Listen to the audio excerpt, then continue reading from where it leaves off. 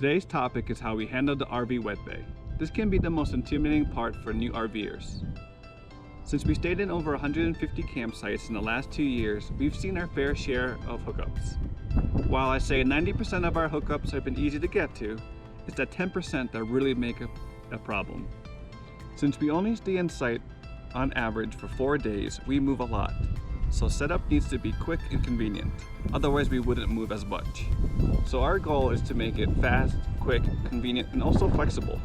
This video will show you how we get hooked up in minutes of arriving at our site.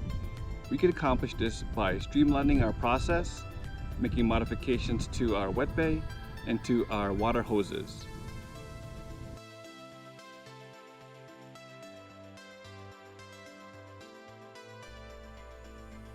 For hoses, we carry two 25-foot freshwater hoses for drinking, one regular 25-foot hose, and a 3-foot washing machine hose.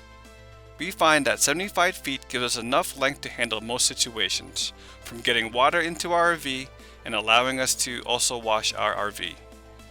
We stayed in over 140 campsites, and while hookups are sometimes convenient, we learned to be flexible as some hookups are challenging to get to. We use one main hose to bring the water into the RV. From the source water spigot, we have a flexible hose protector with an easy screw connection. Having flexibility and protection right at the connection point is nice because sometimes the water spigot is in a weird place or an awkward angle, and this prevents pinching. From the flexible water hose, we use a splitter. On one side of the splitter, we can attach another hose if we need water from outside the rig.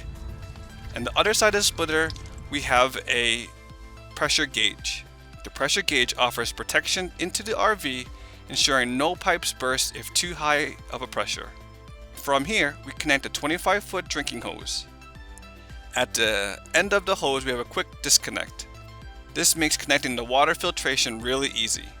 When we aren't using the hoses, we have a quick disconnect cap to prevent any water from leaking.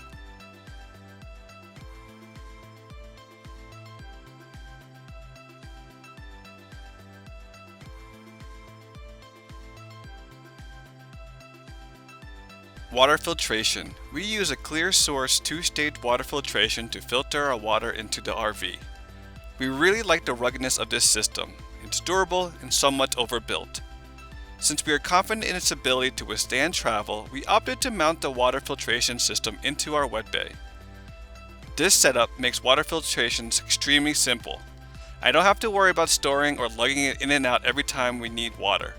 We drilled holes in the bottom of the mount and bolted it into the bay. However, mounting the water filtration system required us to alter some of the plumbing. First, the inlet valve was in an inconvenient spot, so directly attaching the main water hose was going to be a pain.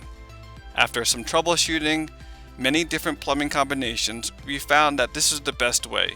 A few elbows that go into the hose offer some flexibility for ease of attachment. Another issue was leaking, so no matter how we tried to connect the hoses, water leaked out, so we went with PEX and plumbed it into the outlet side. The problem with having PEX is if we needed to bypass the water filtration, we would have to cut it out, so we added another splitter. This allows the hose to connect and fill up without going through the filters. Another bonus to this is that we now have another water connection outside the RV. I often use this connection to run clean water through our sewer hoses and use it during an overnight freezing.